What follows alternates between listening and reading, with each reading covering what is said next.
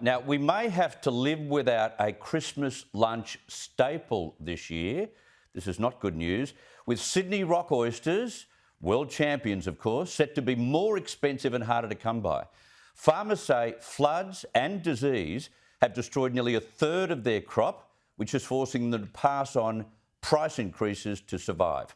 We're joined now by third-generation oyster farmer Brad Verdich. Brad, thank you very much for your time. We've got some pictures I want to bring up straight off the top of this interview so people get what you were about to talk about. Piles of your dead oysters in Port Stephens, north of Sydney.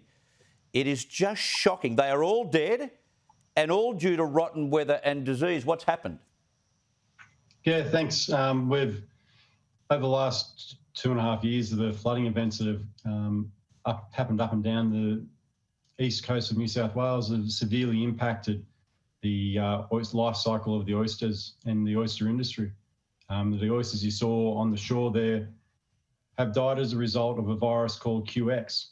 QX stands for Queensland Unknown, and it's a virus that basically starves the oyster of food and prevents it from growing and surviving. It's not harmful to humans, but it is definitely disastrous for oysters and oyster farmers. So when you open the shell, what have you got? Well, you've got an oyster that's essentially in poor condition. It's starting to waste away. Imagine if you went on a diet for 2 months and decided not to eat, and how you'd feel and look, and that's how an oyster feels and looks. Yeah, I need to do that one day, but that's another story. Okay, so what happens now in terms of price leading up to Christmas? Look, we've gone out there in the market to farmers who have been severely impacted by the flooding events and by the QX event, and said, look, we're willing to pay you a higher price for your product. And the reason being that we want those guys to be still in the industry in 2 or 3 and 4 and 10 and 20 and 100 years' time. We still want this oyster industry coming out of New South Wales, and probably what I consider to be one of the best oysters in the world, still going strong. So we've gone out there and said, we'll pay a higher price for your oysters as they come off the farm, and we've passed that on. So as a company, we're not just at EC3, we're not just oyster farmers, we're also a processing facility, and we have multiple partners up and down the coast who we've purchased our oysters from. So this is not price gouging. People need to understand you've had a shocking 2 years. Yeah, that's right. So in Port Stephens alone, there could be 10 million oysters that have been lost there in the last 12 months. Wow. That would have been sold this season.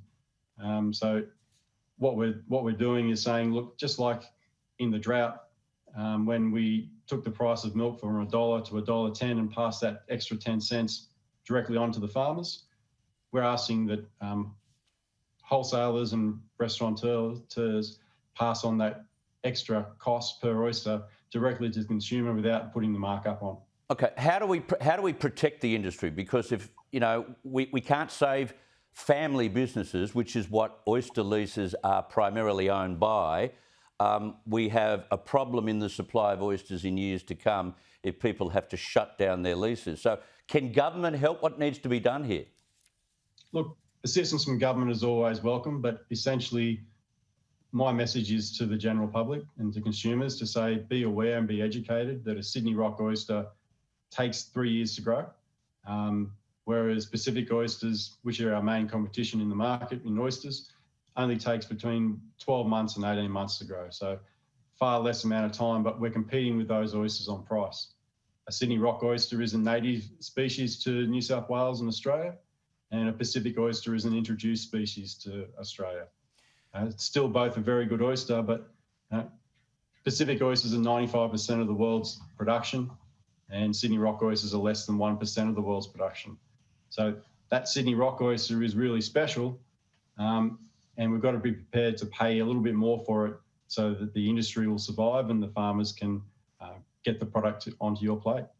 Whenever I talk with an oyster farmer, I ask them the same question, and I'm interested to get your analysis of this. We keep hearing that we've got rising water levels.